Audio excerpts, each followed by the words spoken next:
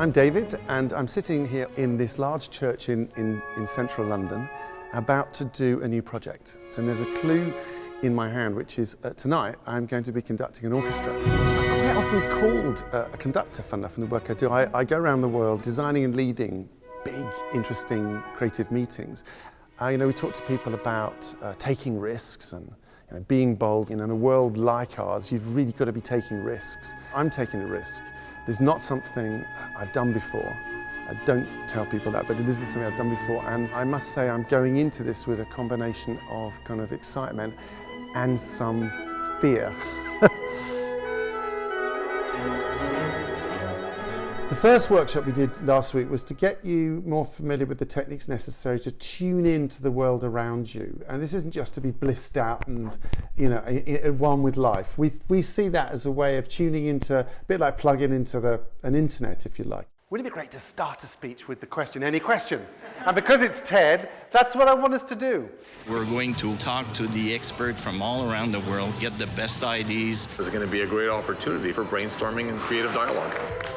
We've got a lot of experts in the room, and it's a cumulative process, so it's very productive. People often ask me, how did I get from, the stage to the boardroom? Business is theatre. Life is acting. From my perspective, what seemed initially to be two very separate worlds have really blurred together. The business world has got stuff to teach the arts and vice versa. And I just love to work in this middle space where we all live. Wherever I'm working, people tell me they have no time. There's not enough time. And in a way, it's true. Their agenda is full. But what I've noticed, given my background as a musician, is you can have lots of notes, but you can have a slower tempo. The day may sound like da da da da da da da da, but actually underneath, there's a slow beat, da, da, da. And the successful people that I know manage to, amidst all the noise and busyness, find a slow tempo. Let's talk to the meetings doctor. That's David Pearl, founder of the Pearl Group. So, David, if you're the meetings doctor, diagnose the symptoms and causes for us of what makes a bad meeting quite so bad. The act of meeting, like we're doing now, is amazing. But the trouble is, meetings themselves can be a real problem. I wrote this book because, well, the truth of it, I wrote it because unnecessary suffering offends me. Let's write a book about meetings that doesn't just diss meetings and work out how to have less of them. Why don't we do something which celebrates what's brilliant about when human beings get together and make sure we kill off all the rest? Using virtual meeting technology well often requires more preparation and more concentration than a live meeting. You've got to be more disciplined, more concise, more engaging. You've got to make your points more clearly, lead more effectively, and listen more actively. I think leaders are meaning makers. And in a world that's moving as fast as ours is, it is the leader that has to create a sense of narrative, a sense of story that helps people understand where they are.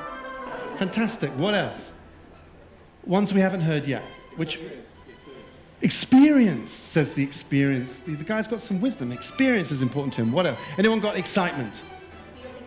Feeling alive. That's kind of excitement. What about money? Come on, guys. Cash. Power. Sense of power. Anyone power? Sense of power? How about love? Oh, come on. Slovakia. So the cat sat on the mat is not a story. The cat sat on the dog's mat. Now that's a story.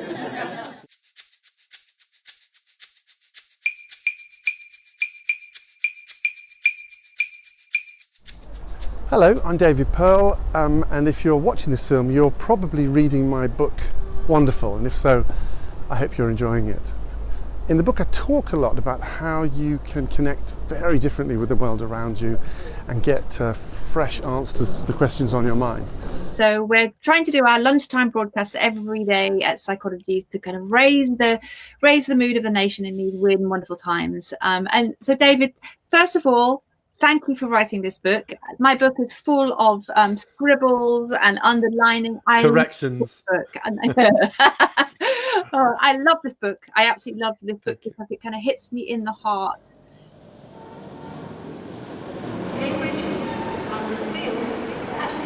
Urban life is full on. 24/7. But what if you didn't have to fly off on holiday for a bit of headspace? What if you could find all the inspiration you needed right on your doorstep? That's what I love about it, is that the glitter that Sam does is for the client, it's for the other person. It's not about Donatella Versace, look at me, it's you actually want to contribute.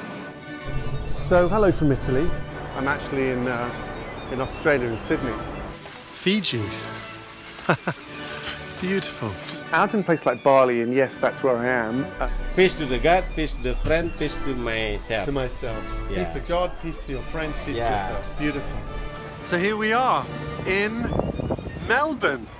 So I'm here in Turkey, and I'm now in, where the heck am I? I'm in Hong Kong.